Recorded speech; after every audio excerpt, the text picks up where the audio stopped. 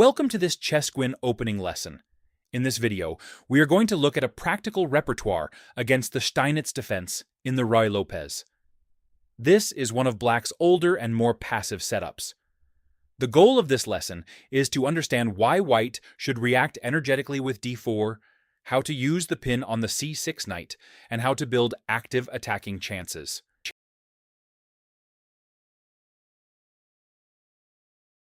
Third d6 is the Steinitz Defence, or Old Steinitz.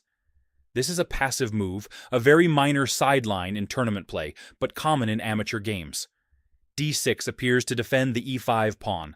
Black actually reduces their control of the center, as d6 created a pin on their own knight. Black allows his light square bishop to become active, but at the same time his dark square bishop is getting blocked, so there isn't much of any gain in development. d4 is the most critical reply. White adds an attacker to e5 and threatens to win it. Black must either take the pawn first in trade, e-pawn takes d4-5, knight takes d4, or break the pin with bishop d7, so defending e5. In the latter continuation, Black may find themselves choosing between keeping the pawn protected and their development. Against the bishop d7, I'm not suggesting the most popular moves, which would be knight to c3, castle, or d5. Bishop takes c6 is only the fourth most common move in the position, but the engine strongly recommends it, and White's winning percentage is also quite high with this variation. Black has to take it back with bishop, otherwise we'll capture the e5 pawn, and that's also the purpose of this line since the dark squared bishop isn't well placed on c6. Now we can continue developing our pieces. Black attacks the e4. We can use the queen to protect the pawn. Queen e2 would be also good. Now, the e5 is hanging, and after the exchange on d4, we'll just castle long and start to play on the king side. Black has some options here, let's see them. After g6, we follow our plan. g5 is the most active square for the bishop, and it's pinning the knight. We could maybe take c6 too, and we can start either with f4 or with an English attack like f3, g4, h4.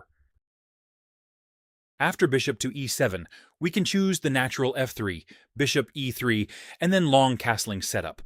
But I suggest a more interesting novelty, b3, and our bishop could be better on the long diagonal than on e3.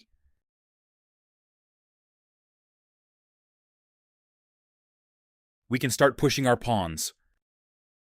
White has clear advantage. After bishop d7, we can still choose where to place our bishop. Any option works. b2, d2, e3, f4, or g5. Then a long castling, and the kingside pawns can be pushed again.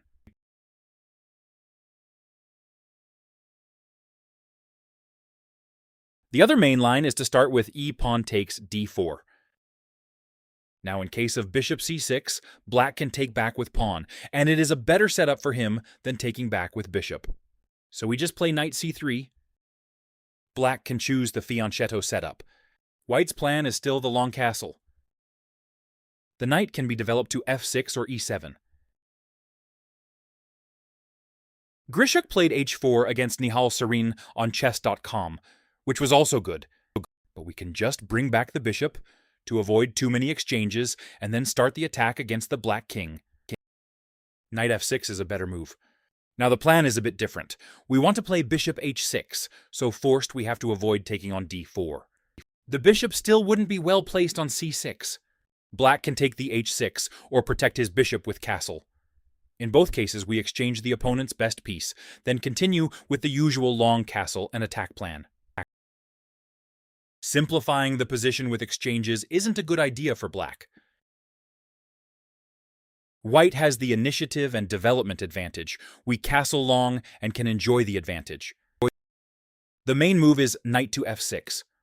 Unlike the previous variations, here my suggestion is the short castle.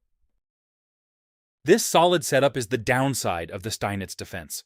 Here too, I didn't choose the most popular moves. In most games, rook e1 or bishop takes c6 comes. But I think it's better to keep our bishop and take on c6 with the knight.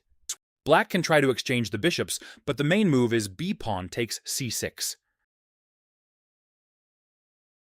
And again, what's worth noting about this opening is that often it's really good to place the bishop on b2. White is obviously better. As in the previous line, we want to play f4. Black has a few moves here. Let's look at two approaches. Black can play solidly. We're protecting the g4 square so it can't be taken by an opponent's bishop or knight. Nice square for the queen. b2 is definitely the best place for the bishop again. Black has some pressure on e4, but we'll just continue with rook e1 and knight d5 or g4 attack. d5 is a more interesting choice. We advance the pawn. Black should play knight to g4, but in most games, bishop c5 came, which is already a mistake. Fortunately, there's queen e1 that defends against both the knight to f2 and the queen h4 threats. We'll send back the knight to the terrible h6 place with h3, then send back the bishop too with knight a4. You can find the full PGN material on ChessGuin.com. The link is in the description.